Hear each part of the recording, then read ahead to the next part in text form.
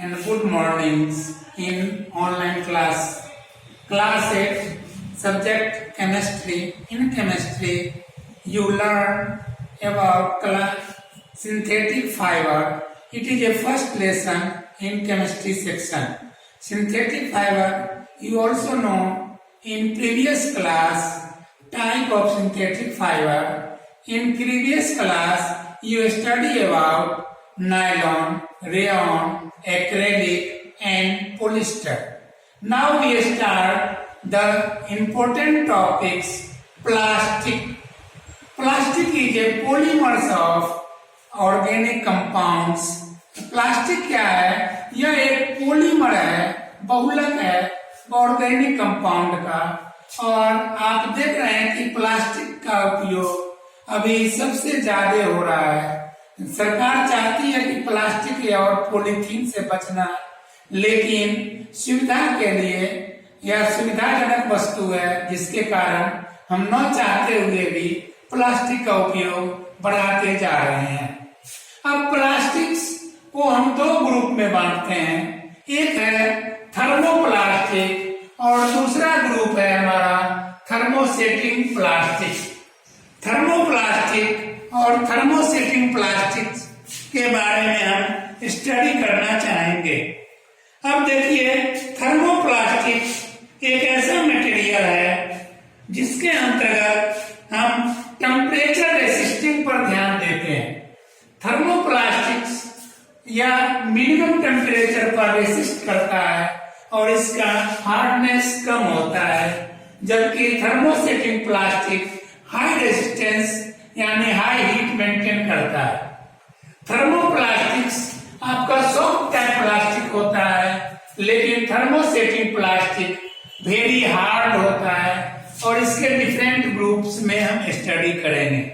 अभी हम प्लास्टिक के बारे में जानना चाहेंगे कि प्लास्टिक क्या होता है। तो प्लास्टिक सिंथेटिक फाइबर का सबसे इम्पोर्टेंट प्रोडक्ट्स है।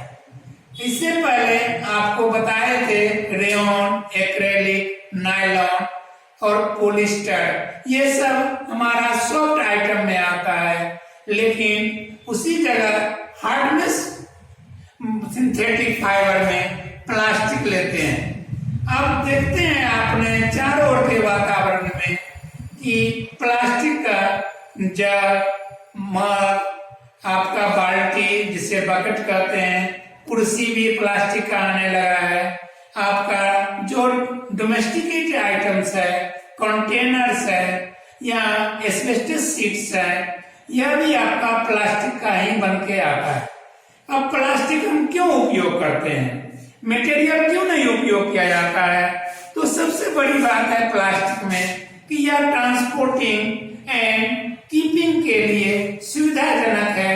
आपका वुडन के रिस्पेक्ट में, आयरन मटेरियल्स के रिस्पेक्ट में आप देखते हैं कि प्लास्टिक का हम रफ यूज भी करते हैं, फिर भी यह डैमेज नहीं हो पाता है, जबकि वुडन या आयरन मटेरियल्स थोड़ा भी रफ यूज हो जाए, मॉइस्चर आ जाए तो यह तुरंत डैमेज हो जाता है, तुरंत रस्ट लग जाता है। तीसरी इसकी खासियत है या विशेषता है कि प्लास्टिक के निर्माण में और इसके खर्च में बहुत कम पड़ता है, जबकि अदर मटेरियल्स जैसे आयरन है या लकड़ी के सामान का उपयोग करते हैं, तो लकड़ी सामान बनाने में जितना खर्च पड़ता है उससे कम दाम में हमें प्लास्टिक का बना बनाया सामान आसानी से मिल जाता है। सपोज कीजिए एक कुर्सी अगर लकड़ी का हम बनवाते हैं तो उसे बनवाने में 3 से 4 दिन लेबर कारपेंटर ले लेता है पैसा, लगभग 1 से 1.5 हजार रुपया। लेकिन मार्केट में जाते हैं तो प्लास्टिक की कुर्सी 300 से 500 रुपए में आसानी से उपलब्ध हो जाती है। लकड़ी का कुर्सी बनने में 3 से 4 दिन लेबर लगा देता है, लेकिन वही प्लास्टिक की कुर्सी हम बाजार से परचेज करते हैं तो यह मिनटों का काम हो जाता है और आसानी से हम घर पर ले आ सकते हैं।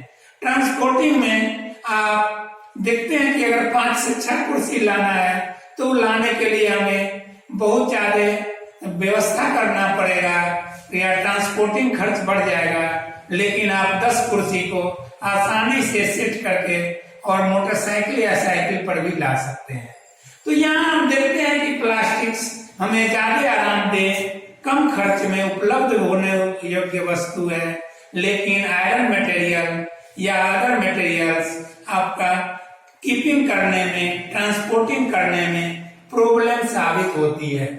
तो प्लास्टिक के इन्हीं गुणों के कारण हम प्लास्टिक का बहुत ज्यादा उपयोग कर रहे हैं। अब हम आते हैं थर्मोप्लास्टिक और थर्मोसेटिंग प्लास्टिक। तो थर्मोप्लास्टिक आपका रेगुलर टेम्परेचर पर, दैट मीन्स नॉर्मल टेम्परेचर पर तैयार किया जाता है। जैसे आपका कंटेनर होता है, सामान रखने वाली वस्तु होती है, वह आपका थर्मोप्लास्टिक का पार्ट है। लेकिन thermosetting plastic high melting point पर निर्भर करता है।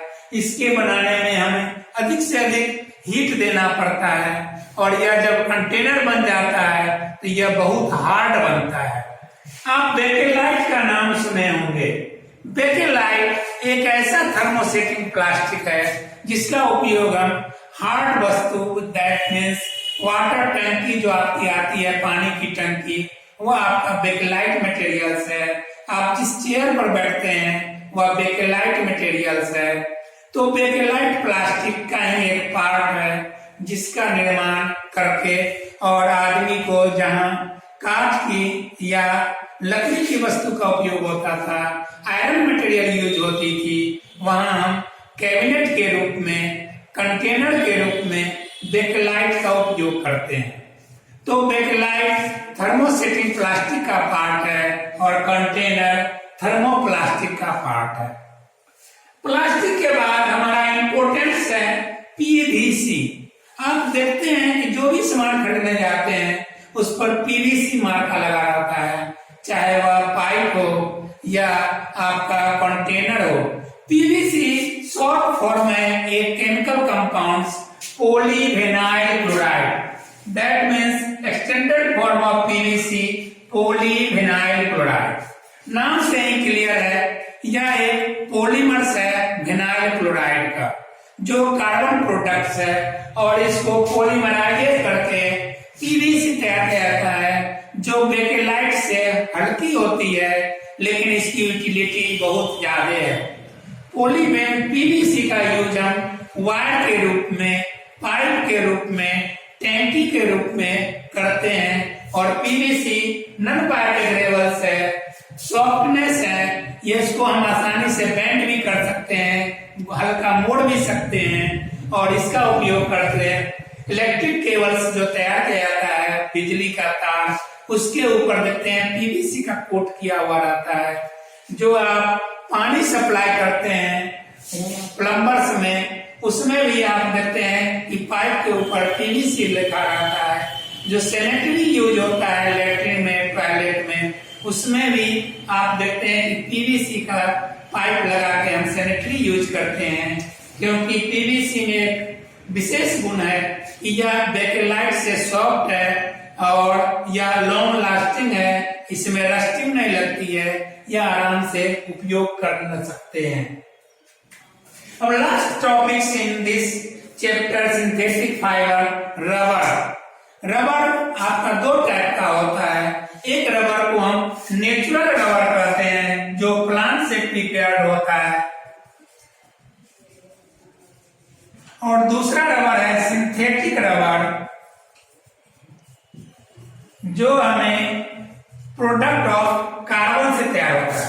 अब नेचुरल रबर के बारे में जानेंगे कि नेचुरल रबर एक रबर प्लांट होता है, यानी रबर प्लांट से हम उसके लेटेक्स से निकाल के रबर बनाते हैं। वह नेचुरल रबर होता है, वह बायोडिग्रेडेबल है, लेकिन उसकी लास्टिंग कम होती है। जबकि सिंथेटिक रबर आपका सल्फर नाम के एलिमेंट से वल्कनाइज करके रबर तैयार की जाती है।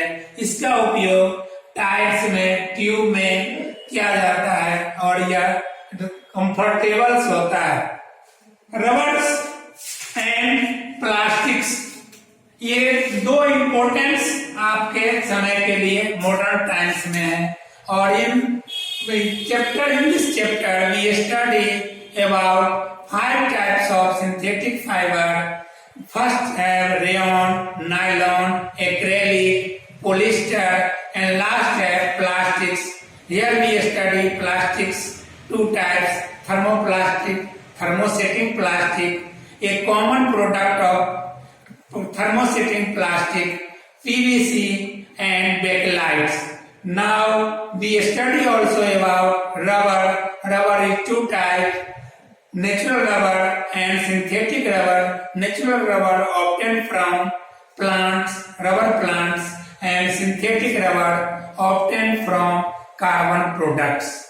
That's today's the lesson we ends, and lastly one topic also remains in next class are 4R are uses: recycle, reduce, refuse and reuse. In next class, thank you.